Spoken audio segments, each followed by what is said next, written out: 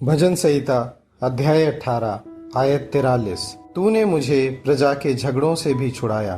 तूने मुझे अन्य जातियों का प्रधान बनाया है। जिन लोगों को मैं जानता भी ना था वे मेरे अधीन हो गए। परमेश्वर इस एक वचन में दो बातों के बारे में साफ साफ बताते हैं। आइए हम इसको दूसरा तीमुथियुस की किताब उसका दूसरा अध्याय उसकी 23 आयत से एक बार देखते हैं। पर मूर्खता और अविद्या के विवादों से अलग रहे, क्योंकि तू जानता है कि इनसे झगड़े उत्पन्न होते हैं।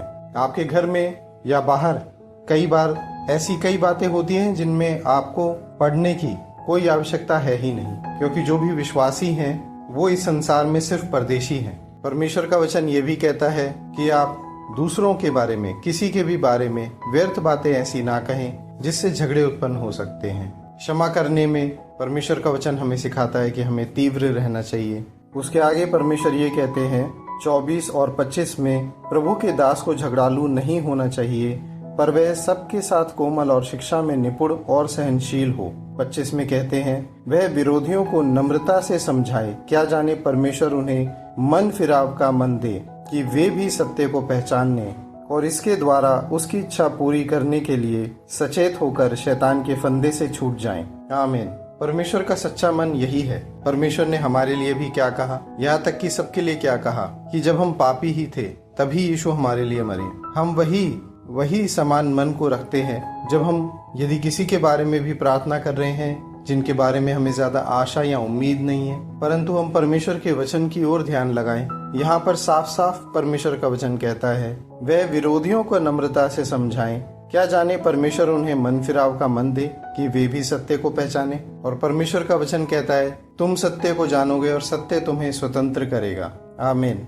दूसरी बात जो इस वचन से परमेश्वर कहते हैं वो ये है, तो परमेश्वर हमें सिखाते हैं कि हमारे परिवार, हमारे जीवन से पूर्णतः ये जितनी भी नेगेटिव बातें होती है, नेगेटिव सोचे जो कभी भी जीवन जीते हुए, एक दिन को जीते हुए आती हैं, आप उन्हें खुद से ही इनकार करके हटा सकते हैं, क्योंकि वो आपके जीवन से कोई रिश्ता नहीं रखती हैं, सिवाय वो आपके जीवन में नेगेटिव बातें लाती हैं। क्योंकि परमेश्वर कहते हैं, अपने आप का इनकार कर और मेरे पीछे हो ले। तो यदि कोई भी इस तरीके से जिएगा तो वो परमेश्वर के वचनों के द्वारा बहुत ही शांति और सुख में जीवन जी सकता है। वो खुद देखेगा कि वो पहले से बहुत खुश और बहुत ही आनंद के साथ, बहुत ही धन्यवाद के साथ अब जीवन को जी पा रहा है। आगे परमेश्वर कहते हैं, तूने मुझे अन्य जातियों का प्रधान बनाया है। जिन लोगों को मैं जानता भी ना था वे मेरे अधीन हो गए। तो जो कोई भी परमेश्वर की इन आज्ञाओं के अनुसार चलता है, जो अपने आप को परमेश्वर के वचन में रखता है,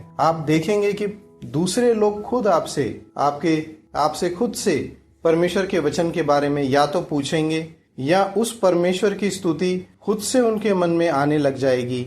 उस परमेश्वर के लिए इज्जत, रिस्पेक्ट, आदर उन लोगों के मन में खुद आने लग जाएगा जिस परमेश्वर की आप सेवा करते हैं। वो है याकूब का परमेश्वर, वो है अब्राहम का परमेश्वर और वो है आपका परमेश्वर। परमेश्वर सबसे पहले आपके जीवन में सारी नेगेटिविटी को, जो ऐसी बातें जिनसे आप अपना मन उनमें लगाते हैं और आप समस्या में पड़ जाते हैं या आप परेशान हो जाते हैं, या जो परमेश्वर ने आपको शांति दी है उसमें आपको परेशानी महसूस होती है, ऐसी बातों से परमेश्वर का वचन आज ये कह रहा है कि आप उन बातों में पड़ो ही मत, आप उनको पहले ही इनकार कर दो, क्योंकि परमेश्वर आपको उनसे पहले ही छुड़ा चुके हैं। परमेश्वर ने जो अलग करने वाली दीवार थी, जो देह थी, उसको पहले ही क्रूस पर खत्म कर दिया है, जिससे कि हम आगे को शरीर के अनुसार दिन ना काटें, वरन आत्मा के अनुसार चलाए जाएं और आत्मा के अनुसार जिएं,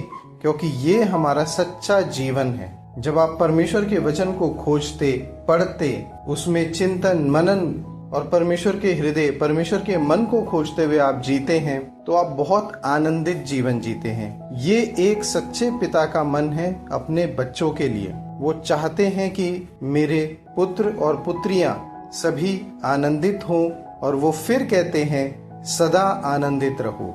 आशा करते हैं हम परमेश्वर के वचन के अनुसार चल के सदा आनंदित रहें। प्रभु यीशु मसीह के नाम में आमीन।